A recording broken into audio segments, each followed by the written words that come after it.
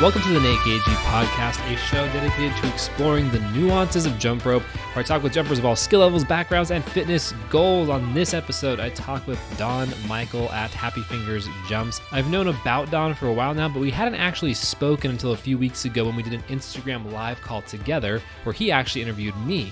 I knew right away that Don was all about the jump rope community and had some great perspective to share.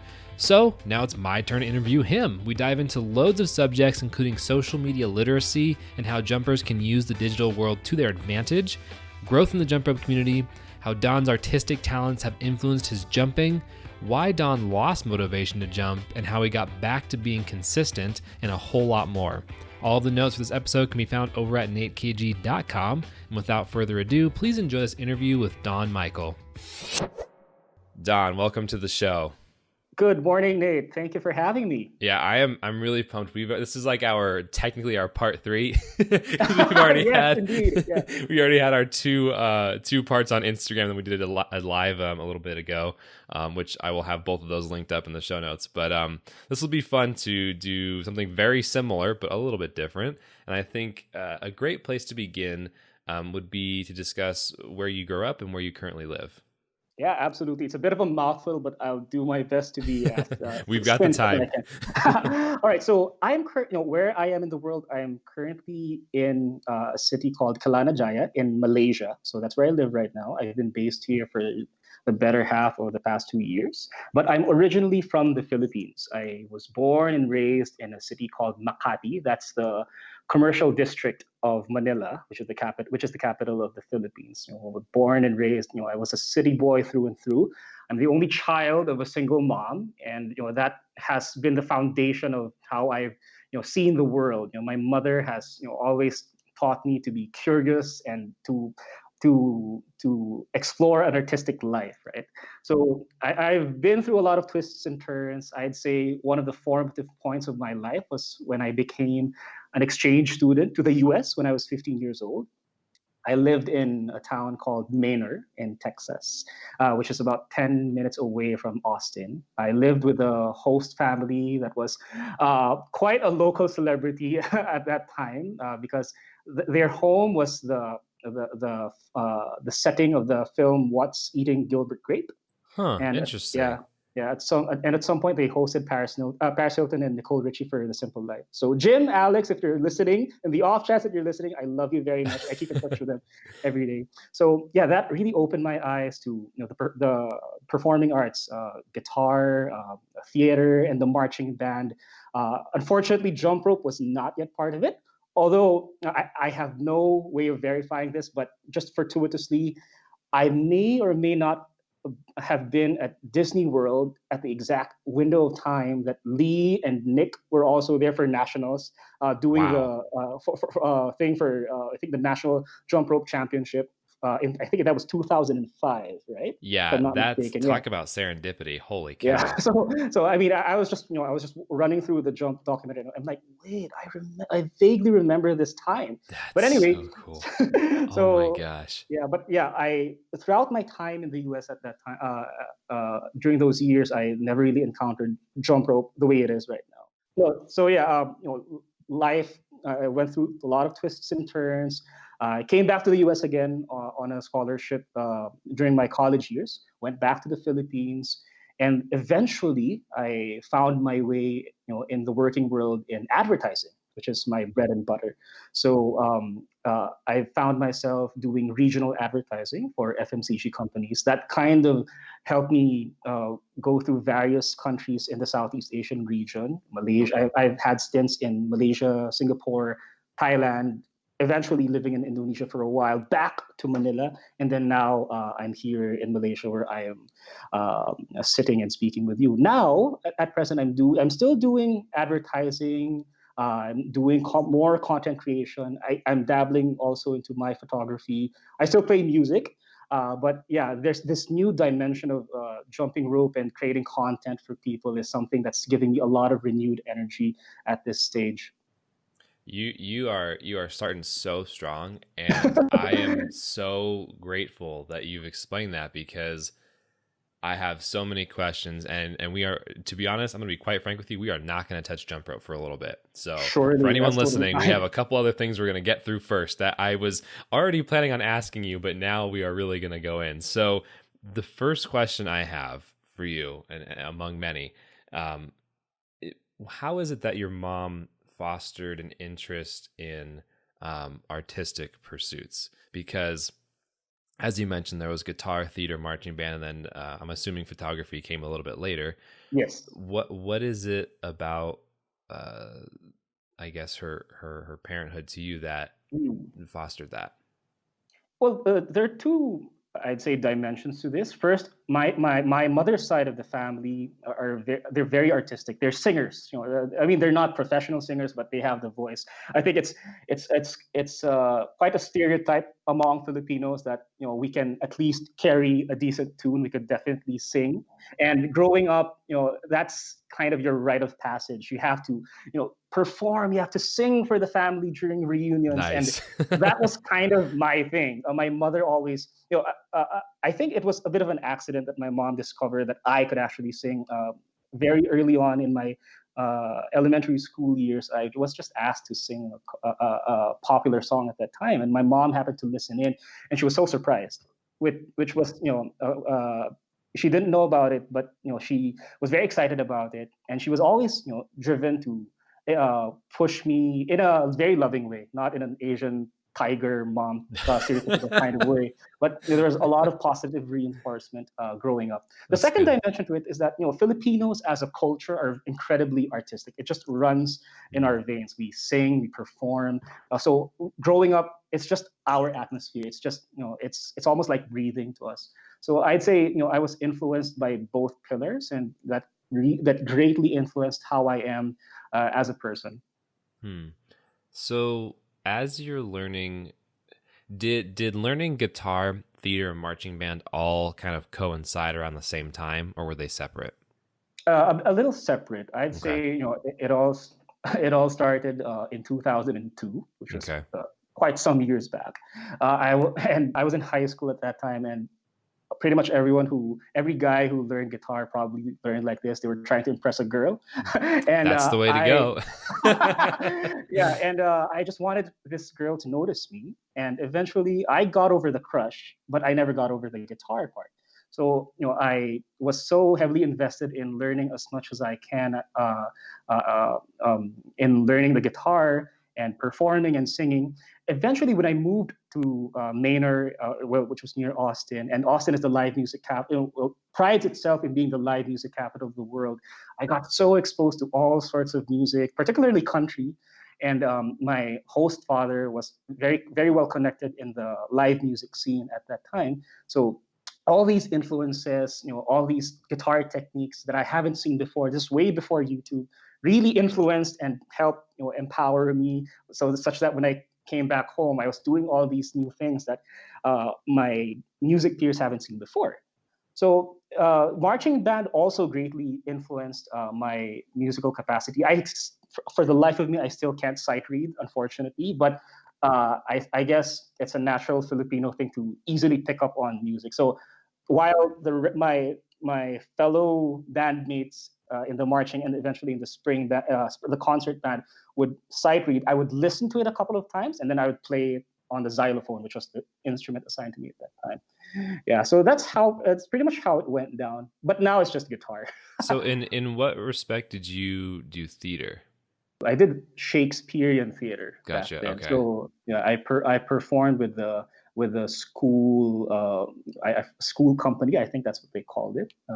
I played the role of Benedict in Much Ado About Nothing. So I was very heavy into that as well. Eventually, when I went back to the Philippines after my exchange student program, I competed in a Shakespeare competition in the Philippines, and then I won that. I guess. Yeah, I think I did. Yes, I did. So it sounds like as you're learning all these, and maybe with the exception of guitar, but even with guitar, it sounds like it was very much what you saw and what you perceived, is how you learned. It was very much like, I guess, monkey see, monkey do, sort of like what was around you, you kind of picked up. Is that correct? Yes, absolutely. And You would see, yeah. is that how you approach photography as well? Okay, photography is slightly different. I'd say it was a lot more instinctive and emotions driven for me. Eventually, I mean, I guess I mean, I can probably touch on how I picked up photography at this stage. Yeah, let's do it. In 2012, this is already way forward in my working life. I was recovering from an appendicitis surgery. Yeah, Oh and man, yikes. I needed a hobby. Back then, I was dabbling into a bit of circuit training, and for obvious reasons, I couldn't do that for a while. Hmm. So I thought, okay, advertising is driving me nuts. I need an outlet, and I had a small camera, and I started off by taking pictures of flowers, as how everybody starts Pretty at much, that yeah. time. Yeah, and I just went nonstop taking pictures of flower after flower after flower. And then at some point, a few weeks later, I realized, okay, I think I prefer photographing subjects that could talk. So I started Hmm. taking pictures of friends, lady friends, and then friends of friends. And I felt that I had a knack for it. I never Hmm. ran out of ideas. And Hmm. the only thing I researched online at that time was how do I capture the subject Hmm. sharp while the background was blurred. I didn't even Yeah. know what the term was. Now, of course, it's bokeh and all. But I was like, oh, so that's how you do it. And then I just took it off from there. I took off So from there. you didn't research like ISO, shutter speed, and the aperture, and like how those three interact. You just kind of I naturally just got shooting. I had a top line understanding at that time, and I Uh-huh. felt okay. That's enough for me. Okay, as Gotcha. long as I keep it at this specific ratio, okay, I'm good. And yeah, it came really natural for me. What were you shooting with? At that time I was shooting with the granddaddy of Canon mirrorless cameras, the EOS M. So yeah, Nice. a Yep. very slow camera, but it did the work for me. Nice. So this is really interesting that we have all of these different really art based, creative based uh, skills and hobbies that you're picking up. At what point did you pick up a jump rope? Oh, flash forward 2017. Wow. Okay. Nearing the end of 2017, it fortuitously came to my life at a very low point. I was at that time, it was around November. I had to relocate to Indonesia for my job. It wasn't exactly the best time because there was a lot of work related turmoil, but I had to go through what I had to go through, and I was also reeling from a breakup. Oh, But that's yeah, so it was it's a funny because I've talked with several dudes, yeah. and it always seems like there's this pattern of a breakup, and then you leave the country. Yeah, so all these hard reset buttons really did a number on me at Yeah. that time. And to top it off, I was incredibly unfit. Unfortunately, Nate, I suffered from pretty bad habits at that time. I was drinking 1.5 liters of Coke every day on my desk. That's a Yeah, lot. and Yeah. I was just incredibly addicted to Coke, Hmm. the drink. Yeah. Okay, The drink. the Let's drink. Can you clarify that. qualify Yep. that? Yeah, so I was so unfit, I could barely tie my shoes. And when I throughout my moving process to Jakarta, I fortuitously saw a jump rope that I might have bought at some point when I thought I could possibly learn it, but I never touched. And there was no gym in the condominium that I was stationed at for the time being. So I figured, okay, maybe I can do something with this jump rope. So I typed on YouTube jump rope exercises, and I came across this channel. At that time, they were known as Zen Dude Fitness. So that kind of opened a big window for me. It wasn't so much about the shirtless abs, but it was more of the simplicity of, just two things: getting intense and managing your caloric intake. I think there back then, Dan and Brandon of the Jump Rope Dudes were very heavy into intermittent fasting, and then I pretty much simplified it as skipping breakfast. So I was like, Yeah. okay, I will just learn what I can, start with the basics, and it just uh, I stayed consistent. Within 1 month, thankfully, just not so much of following their program, but going through my own process, I achieved whatever fitness results I wanted, and it really, I just took it from there. It opened up a new dimension in my life from then on. I'd say my jump rope journey thus far, up until before the lockdown and the COVID situation has been quite intermittent because of the nature of my job in advertising. It's very taxing. So I would only jump whenever my schedule allows it. And in 2018, as I progressed, I tried to learn the MIC release with a rushed athletics rope, which in hindsight was a very bad idea because it's not built for that. I launched it and it broke on the first try. And Yeah. from then on, I just stopped doing freestyle. And yeah, I So jumped. Yeah, hold on. So let's yeah, pause sure. here for a second. So when you stopped trying to do freestyle beyond a double and a cross, I'm assuming, because the rope broke, and did that make you feel that you were unfit to practice freestyle, or that you didn't have the tools, or both, or what was your assessment?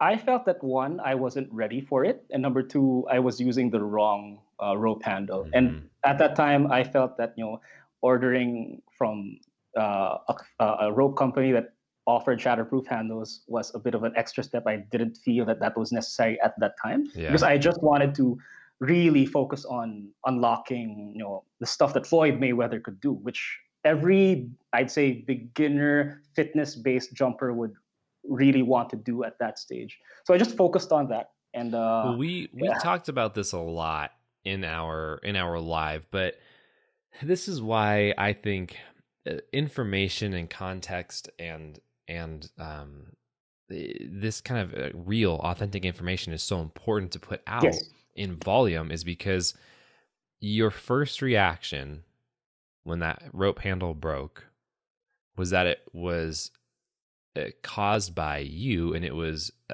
it became attached to your self-esteem, not in a huge way, it seems like, but it still was self-reflecting on terms of, I'm not ready for this. This was my fault. I don't have the skill for this. When in reality, that's not the case. You just needed more information, right? exactly. You're absolutely right. And this is why I wanted to stop here, because I see this happen as a coach so much, that when people's scope of information is limited and they don't have the full picture, like what happened to yourself, they will put off learning freestyle or put off learning these things because they don't they don't know. They just don't know. It's that simple. And it kind of drives me crazy, because I don't think everyone needs to do freestyle, but I do think everyone should believe that they have the power to do it should they choose to. And it's while certain ropes obviously are far more designed for freestyle, it's the evaluating a mistake as a self-esteem assessment that I think is such a big issue. Has that happened since learning the MIC release, or have you kind of grown out of it and seen it more as a skill or some other option? I mean, okay, let me just quickly step back. I mean, I Mm-hmm. just wanted to Yeah. affirm the thought that you were driving across. I mean, had I, one, known that it wasn't so much about me, and two, it was really about using the right tools for the skill, I probably wouldn't have had beaten myself up so much over, over that and thought of that as a mental speed bump. Was there a lot of frustration with that? Yeah, there was so much I felt that back then that particular rope was not as accessible as it is now. Mm-hmm. So I felt no, I broke this rope. So what am I going to use now? Mm-hmm. So I felt okay. I'm just going to taper down my skill sets and focus on this lane. Mm-hmm. And flash forward, now that I know what I know now, I felt that I lost so much time getting stuck at that Right. place of misplaced context. Yeah. That I could have learned so much more had I been a little bit more exposed to the possibilities that you can do so much more. Yeah. This like, oh man, this is like a trigger for me. Like as a coach, it's like, because what bugs me the most about and most, just let me qualify, most things don't bother me, because I understand that everyone in jump rope everywhere, no matter what your goal is, we're all just coming from a different perspective. We have different lives, right? The only thing that actually does bug me is when somebody stops jumping or stops believing in themselves because of information that did not serve them. because I know how easy it is to give the correct information because it's usually one or two sentences and that's about it, you know? And so it's a bummer to hear that you lost the time and that you had a hiccup, but has that changed moving forward as you've learned more? Have you changed your perspective on that? I also asked you a different question a few minutes ago, so you can answer that one too, or we can just keep moving forward. I'm just rapid firing so many different things to you Sure. right now. I guess I'll just address the this latest one. Yeah, the landscape has definitely changed since then. Now that I have a little bit more access to I'd say the right ropes or the right handles for the skill, the mental blocks are next to none. It's just a matter of putting in the work. I'd say there was a bit of a turning point fortuitously during the lockdown period, where I felt, okay, if I just put in the time and consume and absorb as much available media out there as possible, then I can be a little bit more informed, and that will help guide how I structure my training. And that has just unlocked so many doors for me as we went along. So I have like a rapid fire question and then a big Sure. question to follow up. As it usually is. Did you do any other sports leading up to this, but before jump rope? Many years ago, just like John Joe, I had a bit of a history in badminton, but nothing to incredibly intense competitive scale. I just played for the school, but that was about it. I was never really athletic, so to speak. Gotcha. So you're talking about during lockdown, you had you're consuming all of this content, and I do want to ask about advertising because I think that has shaped a lot of the way you've approached things. But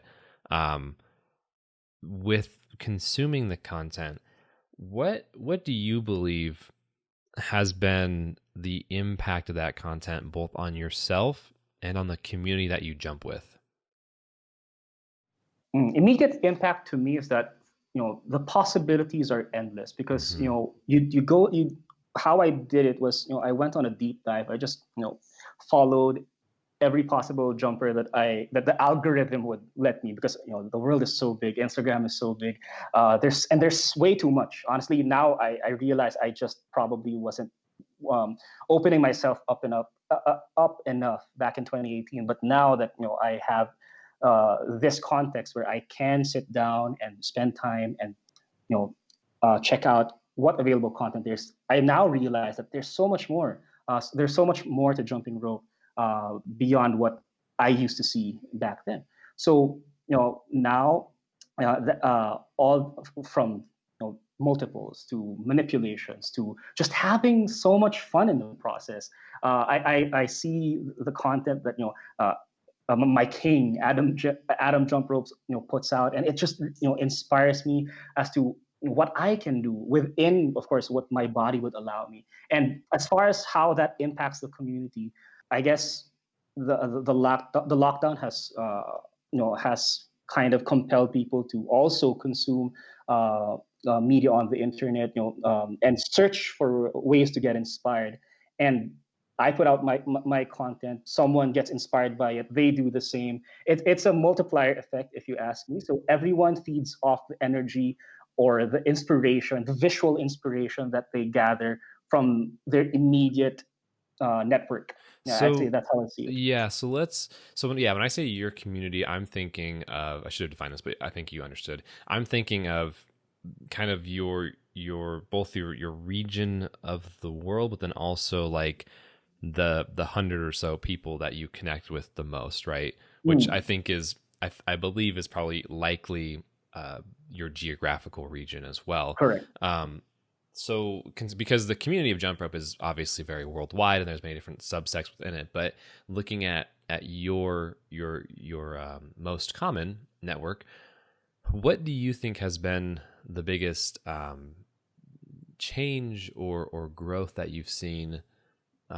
Let's go with like a year's time frame. I know that the lockdown has accelerated things tremendously with all of jump rope, but I'm curious kind of what you've seen grow or change over the past year and a half-ish. Yes, yeah. The growth has been exponential to say the least. I can say that with confidence because back in 2018, when you hit the hashtag Jump Rope Philippines, Mm-hmm. pretty much what you would see are my posts, Mm-hmm. Okay. and that's there's just a dearth of content that people put out there. Maybe it's because back then people didn't see that as a thing. I know for a fact that there were a lot of people who jump rope in the Philippines already, but maybe in a fitness-based context, they would do it in the gym, or there would be a select few who would do it in a freestyle context, but not so much of taking a video of themselves and posting it on social media. That wasn't a social media cultural thing. Mm-hmm. As I'd say the movement grew a little bit in small numbers, smaller circles became bigger circles, and all of that uh, amplified tremendously when the lockdown hit. So we did it. Everyone was just confined to their own spaces, and the Filipinos are an incredibly social people. You know, and I can also say the same for the Malaysians that I encountered here. But Filipinos in particular, they really band together, and they get inspired by each other when it comes to anything social. So when the lockdown happened, people started posting a little bit more on jump rope. There was one particular celebrity that I would definitely credit with bringing jump rope to the Philippines in particular, to the Philippines in the social media context to a grander scale. Her name is Ellen Adarna. She's a celebrity in the Philippines. She's been jumping rope in a fitness context for the better half of 10 years. Wow, that's a But long time. during the lockdown, she started jumping rope again, posting it on social media. And I just, again, fortuitously did a combo breakdown of her favorite moves. I've been wanting to do that for a while, but okay, since I had extra time and she put out a recent video of herself jumping rope, I figured, okay, let's do a breakdown. And I posted it on Instagram, and I'd say that was a tipping point because Ellen picked it up, she reposted it, and all of a sudden there was this surge of people who just wanted to learn more. How do I do this? How do I do the boxer step? How do I do double unders? There's so many questions. I'd say even way more than I could handle at that time. So there was that sudden thirst for visual information that can Mm-hmm. help unlock their own journey as well. So Mm-hmm. that's how it kind of went down over the past year and a half, I'd say. So when you are looking at content, when you're looking at videos, podcasts, Hmm. pictures, any kind of the standard group of content, what are you looking for? What excites you? What excites me? Mm-hmm.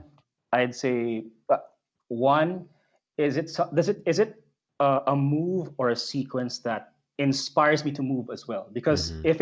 if it's a move that it's just repetitive, or I know that my body won't let me do that, then Yeah. I would most likely be turned off by it. It's great, but it's just not something that speaks to me. But if it's something, okay, I'll have to be a little bit more specific here. What recently kind of struck a chord in me was when Adam Jernberg did this pirouette style of a foot release. Mm. That really changed the game for me. It was one of his routines. He does it a lot, where he throws a mick, catches it with his leg, and Mm-hmm. then he turns along with the Yeah. rope. And I said, "Oh my God, that is such a cool thing! I Yeah. never thought that was possible." So I look for things that make me feel things, and Mm-hmm. things on a secondary note, things that I can actually do. So I Right. think if it's scalable, if it's doable, then okay, I will bookmark that. I will learn it religiously, and thankfully now after so much, after practicing it religiously for the past 2 months, I Mm-hmm. can do a little bit of it, but it's of course nowhere near what Adam can do. Hmm. Okay, that makes sense. Let's jump backwards a little bit um, to your advertising career. I want to know more about that, and I'm curious if your experience with advertising has led you into the content creation position you're in now. I know those are Oh, two sure. very big things, but yeah.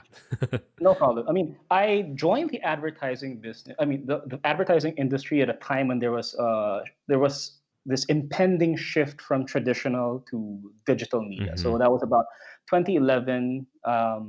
People were still very. I mean, the industry was still very heavy into the big three of eight of above the line, which is your TV, radio, and print, at least for the Southeast Asian region.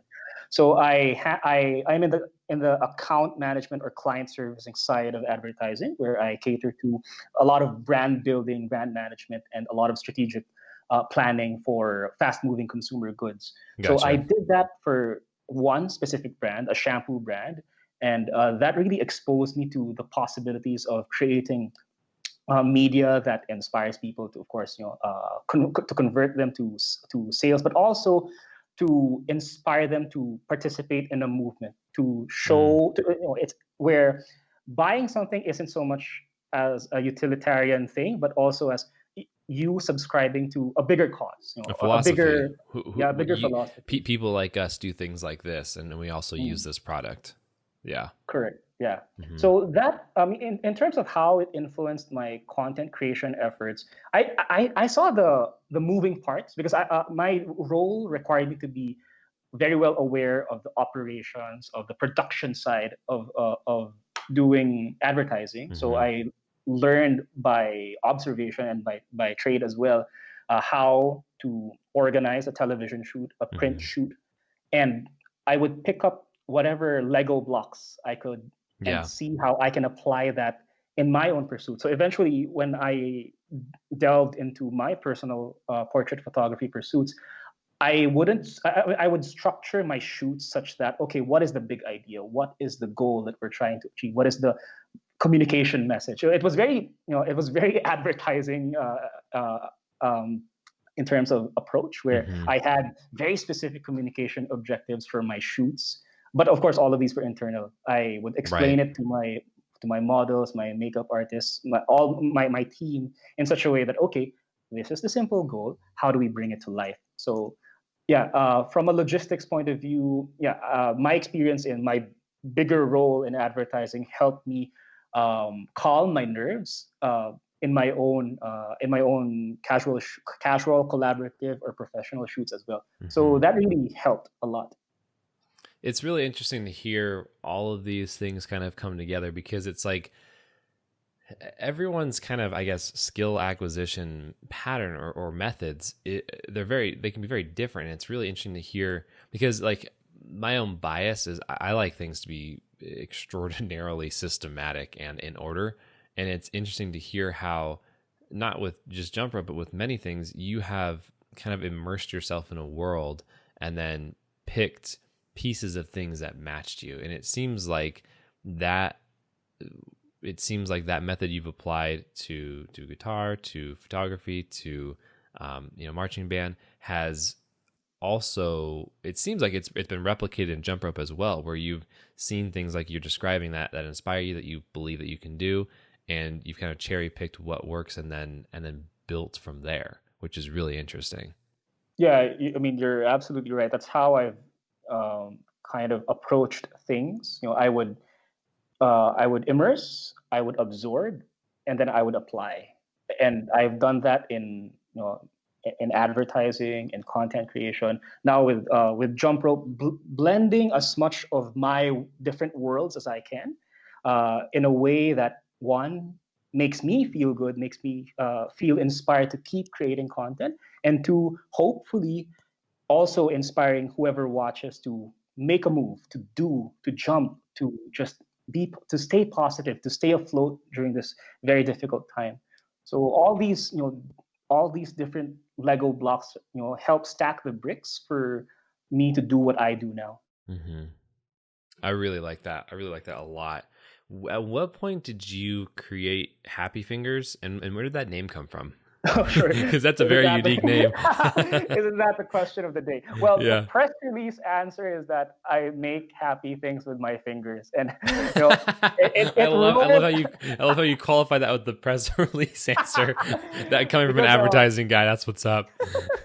But yeah, I mean, I get that a lot, and people wonder why. But I mean, if it sticks and it makes people think, then that's advertising 101 for you. Yeah. So, but okay, the real reason why Happyfingers came about was one, back in 2007, in Southeast Asia, there was this very popular rhythm keyboard game called O2 Jam. It's basically Dance Dance Revolution, but on keyboards. Okay. So, you had to think of the username to join the game. And I figured, okay, maybe I could do Happy Fingers because it employed using your fingers, right? Gotcha. And then eventually, when I performed in college, I needed a bit of a stage name because, as you know by now, my name is quite a mouthful. So instead of saying, okay, introducing Don Michael Acelar de Leon, okay, maybe you could just use Happy Fingers.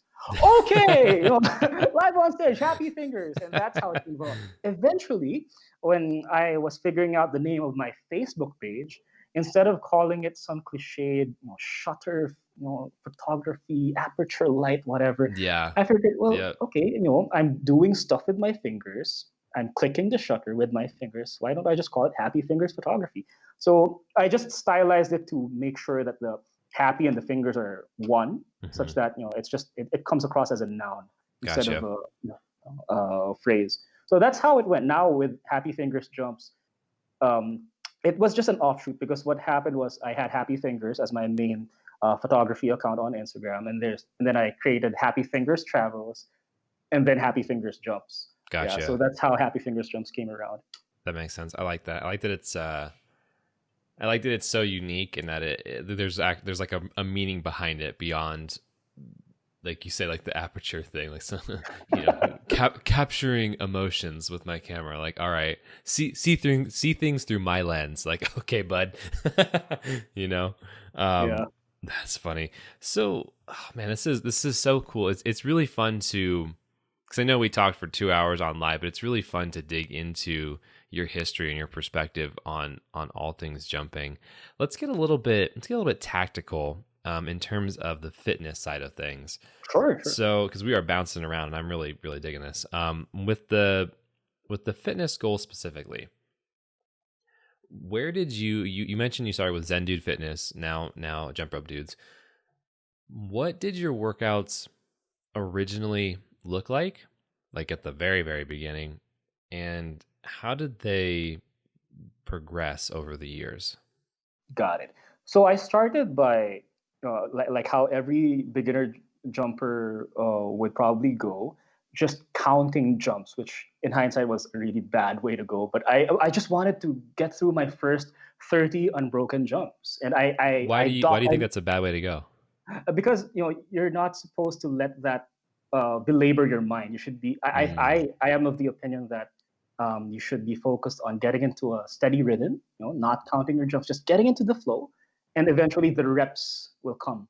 Just making sure that your form is in place, and not being so focused on making sure that okay, I'm getting 99, 100, 101, and then eventually you'll get under so much pressure, and then you'll trip, and then you'll feel frustrated. So, but that's how I started. I started with 25 and then 30. And then I stopped counting after I hit my 100 mark. Or after I hit 100 unbroken jumps, I was like, okay, I got this. I started delving into hit style. And I follow it religiously to this day. It's just 30 seconds on, 10 seconds off for 8 times. And that's 1 round. I rest 1 minute in between. And I do 5 rounds. There are times when I do low intensity but long duration workouts just to vary things. But how I changed since then is I'm delving a little bit more into freestyle techniques. I would spend the first 30 minutes of my training just doing my hit. That way, whatever happens in my freestyle training process, I still put in my workout. I still put in the sweat. I still burn.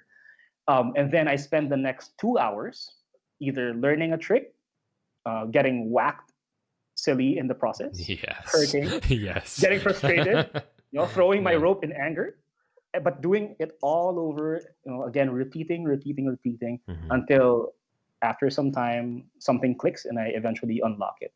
All of this, the entire process is documented on camera, not just for vanity purposes, or actually not for vanity purposes at all, but I see immense value in seeing those incremental changes in your journey. And I'm very thankful that back then, even when I felt that I sucked, I still had it on video. Yeah. Because now that now that I'm a little bit more experienced in jumping, I can see, okay, this is how I grew. and I can demonstrate that if you are a beginner, you can do it too. If a formerly sedentary person who was completely unathletic, unfit, and was going through a dark period of my life, if I was able to do it, you can too. There's nothing that can stop you from doing it. Just make a move.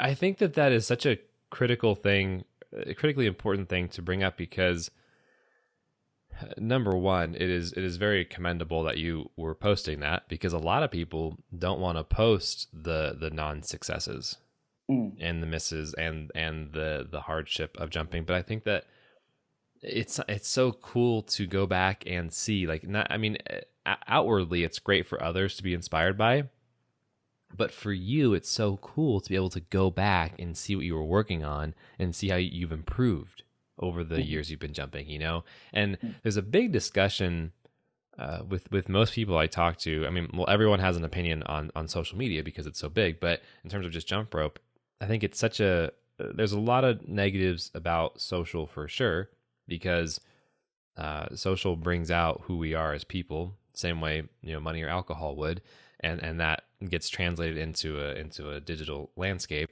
But I think that there's, the more, I guess, social media literate you are, the more you look at it as a tool for what it is and how to use it, and see that you have the utmost control over what you are exposing yourself to. I think that when you kind of take that lens, there's such a huge amount of value you can get out of both sharing the process and also receiving and seeing the content of others who are also in the process. And the more clear you are about what you actually want out of social, truly, the more you will get a return on it. And I think that people like you that are posting all those misses and the process, it's so cool to see long term, and it reminds me of Declan. I'm sure you know yes, Deck. of course. Yeah. He did the exact same thing. He posts every single day, and you can literally, and he's been, at least in the past month or so, he's been resharing posts from years ago, and it's really cool to see the exact like what he actually was doing and how much he's grown since then. And to me, everything about jump rope ultimately comes back to self-esteem. Like, it's really fun to compete, and it's really fun to learn new skills, and it's really fun to engage with people. But the longer I do this, or I mean, it's been well over a decade at this point, but the more you do it, the more you really, if you're really paying attention, if you're really tuned in with the human piece of it, not just the I coach or the I sell a rope or the I do this or I'm, I have this many followers, but if you really do take the time to connect with people, you understand that everything ultimately falls back on self-esteem. That is the crux of all of this. And doing what you're talking about, posting early in your journey, posting the misses, posting the issues, like it can be difficult, I think. I guess at least publicizing it in the early days, and I guess publicizing it isn't necessarily required, but at least recording it is. But if you do that, you are now, it's like a delayed gratification. You're actually building up this self-esteem that's going to trigger later. Like it sounds like you have, where in the beginning, there's all this frustration. There's doing 25, 30 jumps, stopping at 100, and then moving on to hit style training. And you're able to see this evolution over time. And now that you're where you are, it's been 3+ years of jumping. Yeah, around that much. Although I did stop for the better part of 2018. Okay. And I only just took it seriously again in mid of 2019. So yeah, 3 calendar years would be pretty accurate. So about 3 years. 3 years later, even with that big gap of time, you can still go back and you're like, sweet, and you look at what you've accomplished, and like that, it inherently feels good. And there's a different flip side of this. Like for me, as someone who has like you have gone up and down with my level of intensity participating in jump rope, I can always go back and see what I've accomplished in the past which is cool because it's like, all right, well, if I did it then, I probably can do it again now within reason. There are some skills that you do that like they're so wild and you were just amped that day, and replicating it is hard. But by and large, you can look back at the skill level you were at and be really pumped that not only did you complete it, but you can get back to that if you find that it is it's a goal worth pursuing, you know. So I think that that's such an important thing to bring up and to share, and you continue to share on your page. How do you deal with the frustration? What has been, I know you recently shared a video from a long time ago of you being frustrated with jumping. What did that frustration look like, and how is that? Have you gotten less frustrated, or has the frustration stayed the same, or how is your relationship with frustration evolved over the years? I'd say it has definitely evolved over time because getting hit continuously over months or years of training, I wouldn't say it does a number on you, but it does temper your mental fortitude. Right? Yeah. Back then it was, I remember that video, it was November 3 of 2017. I was just trying to get through this sequence, this just basic jump sequence of maybe 20 jumps without tripping, and I failed at, I don't know, 12. And I was so angry I threw it away, and then I picked it up again. It's pretty much the same same exercise as the same roundabout thing of getting frustrated. Although I see the value of my rope now, and I don't throw it around as much. I make sure that if my rope handle crashes onto the ground, it better be worth it. Right. But now in my mind, what goes, it's a little bit more tempered, it's a little bit more zen, a little bit calmer. I would always go. Right now I'm struggling so bad with the TS because of my lack of shoulder flexibility. But I would always psych myself up and tell myself, if I was able to go through those 10 jumps back then, I can do this now. And it just perfectly leads into what has jump rope taught me as a thesis statement. It has taught me by and large that anything is possible if you put in the work, if you stay consistent, you stay the course, and just there's a bit of a repetition factor to it, but if you put in the work, you stack the bricks, the trick, the sequence that you unlock is its own reward. So I just replicate that mentally. It has really helped stabilize and put perspective on things. I don't see it as much as, I can't do this. It's more of, I can't do this right now. Maybe tomorrow, maybe next week. But if I put in the work, I know I'll be able to do it. In Tagalog, I would always tell my followers, it's the exact translation. Magagawa mo rin yan. You will do it too. You will eventually do it. Just stay the course. That is, even though it's only 2 extra words, the I can't do this versus I can do this right now is such an incredibly different mindset. And pessimism and optimism, I think, I personally believe are both choices. And in framing it that way, you're choosing to be optimistic. And when you do that, a whole world of opportunities within jump rope, and really within anything, but especially within jump rope, open up. And I think that is so smart, and it's a great message to constantly share, because it's important. What are you excited about in coming in the future?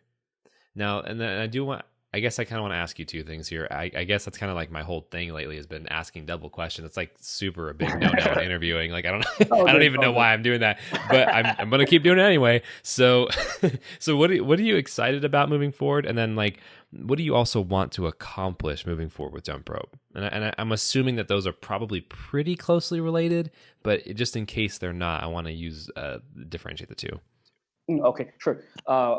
It's the weekend, Nate, and I'm in the short term, I'm incredibly excited to going on a deep dive and learning more freestyle sequences. I've Sweet. been chatting recently with Selena, Mm-hmm. Selena Ria, I think. Selena Selena Furman. rocks. Yeah. Yeah. So I mean, I've been so inspired with how with her energy. Everything just feels so light, and I want to achieve just a morsel of that in my own sequences. So I'm really excited to learn that and more, of course. So it's just more of just opening myself up to more fluid possibilities as far as jumping rope in a freestyle context is concerned. On the long term, and I guess in the bigger context of things, I'm really excited to see how the jump rope movement, will turn out to be in the context of the new normal. With all this new energy, all this inspiration that is, that people are feeding off of and just transmitting through social media. There's so much, there's so many possibilities. There are so many new jump rope conversions. People who have never jumped rope before are now, slowly putting their first few jumps, Mm-hmm. first 10, first 15, these Mm-hmm. little milestones. And as much as I can, with the time that I have, I track every single one of them that comes my way. And Mm-hmm. I'm incredibly excited to see how they grow, because I've been there. Mm-hmm. I've struggled with my first few basic jumps. I stopped. I actively stopped learning double unders because I felt my legs were not ready for them. Mm-hmm. And now, on the average, my base of followers and the people that I see on Instagram have already crossed off double unders. Now they're doing triples, Yeah. and and it's such Mm-hmm. an amazing thing to see. I mean, I myself, during that stage in my journey, I didn't even think of doing triples, and now people who are in the same, I'd say, in the same period of time as I was back then, they're now doing triples. So as Lee said in a chat that I had with him some time back, the curve is so crazy, it's so fast, and I just can't wait to see what comes next. Mm-hmm. No, that's such a cool. It's an interesting thing to watch too, in terms of the mass skill acquisition of jump rope, because with more information comes greater and quicker skill acquisition, but it has to be information that is correct. And I think that it's really cool to see people like you who have this solid sphere of influence and use it to continue and promote that growth, and use it to push good messages. And it's not about you, it's not about the way you benefit from those followers, but it's how you can do something and give back to them. And I think that really the crux of the jump rope culture and who we really are is that the two values we hold most dear to us are altruism and cooperation, right? We work with each other, and we want to give. And I think that as things continue to grow and we see jump rope evolve, those two things need to continue to be front of mind. We need to continue to discuss that and remind ourselves that, like, that is where we've come from and that is where we will continue to go. And I think that it's so sick to see guys like you that are just guys and girls, of course, but people that are like putting out this message and really working to see growth in all facets. I mean, jump rope is exploding really everywhere, and it's really really cool to see how much it's growing. It's awesome. You discussed a little bit about what jump rope has taught you. I think that was really a good succinct description there. Has there been a skill, because we are kind of on the subject, or we were on the subject of frustration, has there been a skill, one specifically, that like really frustrated you? And I'm curious, when you got it, if it felt like it clicked, or what that moment was like.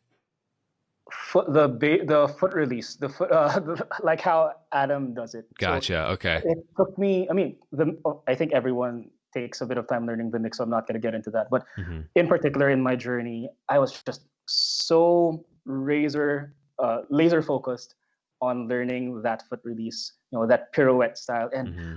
for the love for the life of me, I could not figure it out. And Yeah. that leg catch, catching it using your leg backward, and just spinning with it and making it look good, was just mind-boggling for me. No matter how many times I I scrub through the frames. Yeah. You know, Yes, I totally understand that. I really do. Yeah, you like save the video and just like frame by frame watching what's going on. Yeah. yeah, yeah. And I was like, okay, I will. If I had to calm myself down and tell myself, as I would always say, you know, you can unlock this with time and consistency, and of course, coming to terms with the fact that your rope handle can get, you know, damaged over time, because the move requires the handle to crash on the ground Yeah. in a certain way, right? Can So I pause just for a moment to inject sure, something sure, here? I think sure. that in addition to time and practice, I think also adding this element of correct practice is huge, Correct. especially when it comes to something so technical like like a mic release and catching on your foot and spinning. Mm. That it in my perception of things, there are very few sources of information that are putting out progressions or explaining how things interrelate. But everything in jump rope is interrelated. Everything, Yes. all of the principles relate. And I think that a lot of people, one of the things that I'm hoping that will continue to grow in the future is that we see more information that is not one off or watch me do it now, you try it, but an actual Right. explanation of how things, I mean, it requires a lot of coaching knowledge to execute that information. But I think that there's also there, and the reason why I bring it up again is because I think people may be putting in the time and the reps, but they might not be seeing the results. And I think that can happen with certain skills if you don't have the correct cues and the correct progressions. Yeah, you're absolutely right, Nate. And I know you've touched on this quite a few times in previous chats, and In it's our something that 2 hour chat on Instagram. yeah, definitely in our chat on Instagram, and it's something that, you know, that has stayed with me, and I've given it a lot of thought on how I can structure my content moving forward, because, you know, for the better part of the lockdown period, when I started putting out, you know, foundational, you know, beginner content, it was really more of, okay, what are the basics that I could think of? Okay, these are this skill, this footwork, and this cross, and all that. And now that, you know, after that chat, I saw the importance of, you know, putting things as part of a bigger whole, and definitely not just putting out content as a one-off. That way, you know, it just, you know, you're right, it's not framed in the right foundational context. So, you know, That it's makes me really definitely, pumped yeah. that like connected. And like I want to reiterate the same thing I think that you're alluding to that we discussed, which like my personal opinion on tutorials and coaching content online is that number one, they should happen. Like do it. Like that's what makes this happen. This is the fundamental behavior behind the diffusion of a new innovation is that you have influencers. That's a I think I actually stay away from that. We have like a cohort of people, and there's one person that spreads a message to that cohort, right? And so that's the person who's making the tutorial, and that needs to happen, and that's phenomenal because we need an education for something as technical as jump rope. But what I would strongly recommend, and I have discussed many times over, and will continue to discuss, is that when you create these tutorials or this information, that you wrap it in the context both of for what the skill is, but also your ability to coach. And there's a very authentic way to do that, which is you say, here's where I'm at in my journey. This is my level of ability to coach, and calling it for what it is and being very honest about that. And then saying, here's where I've learned from. Here are some people that are also phenomenal people at coaching. And now I think the piece that some people that I've seen get mixed up is that they believe, well, if I mention someone else, that diminishes my own credibility as a teacher, right? Which is not the case at all, because jump rope is about spreading and sharing and collaboration, right? Altruism and collaboration. Absolutely. Again. Yep. And Yep. so by stating where you're at, you're being authentic, which is commendable. And by explaining who you've learned from, you're now sharing the community. Correct. And that doesn't mean that your information is not good. Even with someone who is not a coach or doesn't have understandings of biomechanics or doesn't understand the interrelation of all these skills, I still think that it's great to say, like, here's what has worked for me, and here's where you can go find more information if you're the kind of person that would like to build up, these kinds of biomechanics or foundation or whatever. Because the way you learned Adam's Mick to foot catch to pirouette, there might be one word that is just only in your brain because you're creative, and by saying that, it unlocks it for so many people. Like the thing with coaching is you need like an endless supply of metaphors for people to grasp and to latch on, because everyone comes at things differently. And so I'm glad that this is kind of what we talked about on the live, but I'm glad that makes sense and that connected. Is this what you were alluding to, this idea? Yeah, absolutely. And actually, you've hit it right on the dot, because that's how I kind of frame the instructional or tutorial content that I put out on my page. I recontextualize it in a way that is simple enough for me and the people that follow me to understand. Like, okay, I'll need to specify. For example, people for a time, maybe last month, people were so heavy into learning the side open, or what they now call the southpaw, and they were so confused with how the hand the swing movement is. So I was like, okay, you remember Ultraman, that finishing move? Just do that key move. Do it from left open, right open, and it just struck a chord with everyone who understood the context. Yes. So it's for me, it's one, definitely understanding that everything is part of a whole, which is something I'm learning now. I wish I knew maybe some time back, but of course, it's never too late. It's learning. Yeah. But two, also, with that knowledge in hand, how do you then, share that forward in a way that is still, that your audience, or whatever demographic or geographical consideration there is able to absorb it in a way that makes sense to them. Right. So I guess that's my big goal with Happyfingers Jumps, is to keep creating things that, yes, inspire, but two, is also not so difficult to absorb. Because yes, in a mechanical point of view, yes, jump rope can also be quite intimidating. But if you put it in the right context, and if you understand that it's part of a bigger picture, then it will always make sense. Well, I think too, the idea of biomechanics, and when you use a big word like that, or when you discuss how there's different elements and foundations and all these interrelated principles, people can, I know personally, people have misinterpreted my message before as that equaling complication or unnecessary this, or you're turning this into something that it doesn't need to be, because I just want to go jump, right?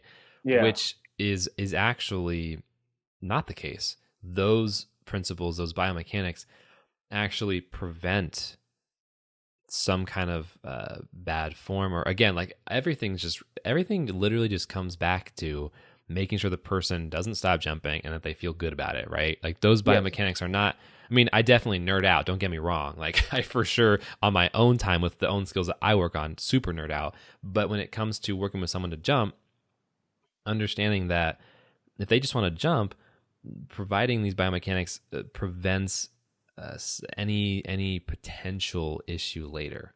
Now, for a lot of people, will normal cues work? And will they not build up a bad habit? There's probably, you know what I mean? But like personally, I like to be for sure like positive that like these things set you up, and I think that it's really cool that you also obviously see the value in that, and that you're working to put out information that is not just self-serving at all. It's that it actually brings good information and helps people do more of this, And I think that that's super, honestly, man, it's really great to see that, especially from someone who is focused as a content creator and is focused, knows the different types of communication, both visual, auditory, and written, and really understands how to deliver a message. And I think it's really awesome to see you put in the work and really doing it, man. Like for sure.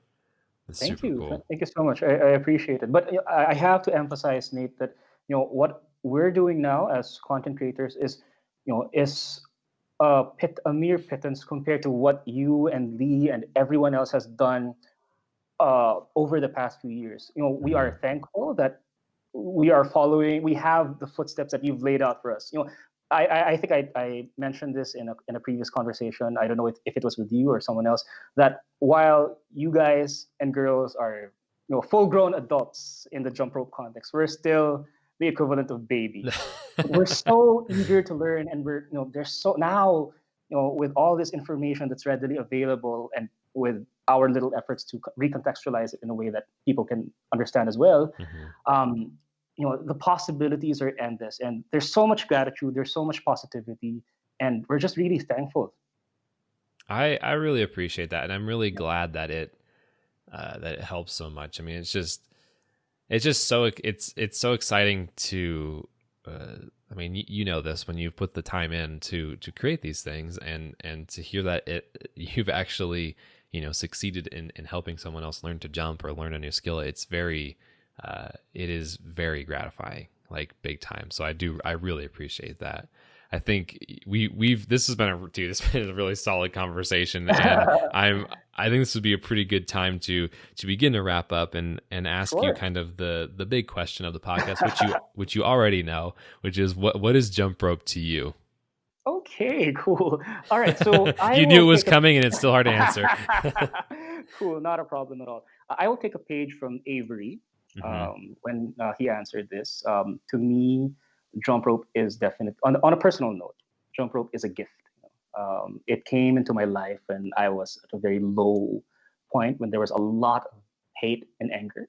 And learning the rope and learning the possibilities helped me understand more of what I can do, and helped me get out of that dark place.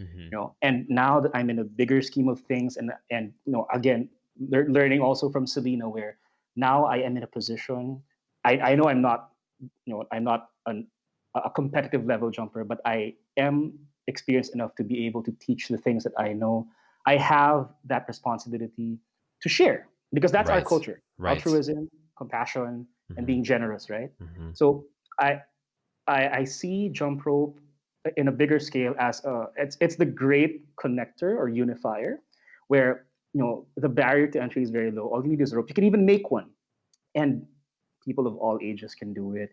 And it connects people in ways that you wouldn't have met them or connected with them otherwise. Yeah. Like if it wasn't for the jump rope, I wouldn't even be speaking with you. I wouldn't have known that there was an incredibly talented mechanical engineer like Lee Reisig who could break down jump rope in such a systematic way. I wouldn't have known Adam, who could manipulate the rope so well. Avery, the jump rope artist, all these people from all around the world. I wouldn't have met Isaiah from the Philippines, who's just teaching jump rope to kids and inspiring them. All these people that have helped me along the way through jump rope. I'm really thankful for this very simple tool that has helped unite us all together. And as we move into a very different world, a very uncertain world, at least there is this one thing that we can latch onto that can help keep us all together and stay afloat.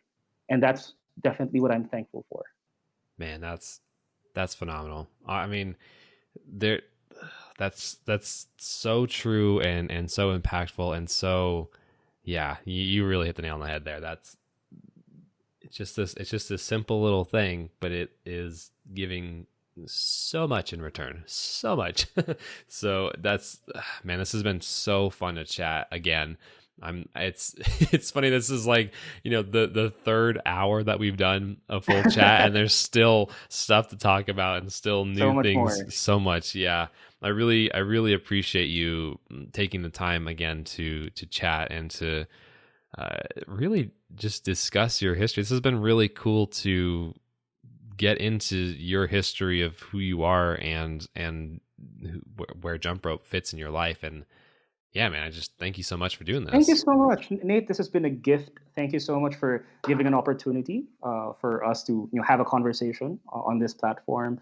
And I know that in one way or another, this can hopefully inspire whoever's listening to just continue, keep moving forward, keep jumping, just stay the course, and you will be rewarded in the long run. Awesome. I will definitely let you get back to everything you've got going on. And thanks again, man. Thank you very much. Have a great day, Nate. Hey, before you go, I just wanted to say one last thing. One of my main goals for this podcast is to share the stories, of other jumpers and provide a full picture about everything that's possible with the jump rope. The more people that hear this, the better. And it would really help me out if you sent this podcast to somebody you know, whether in real life or digitally on Instagram, Facebook, whatever platform you use. It would mean the world to me. So that's it. I hope you have a great rest of your day, night, lunch, evening, whatever time it is for you right now. See you later.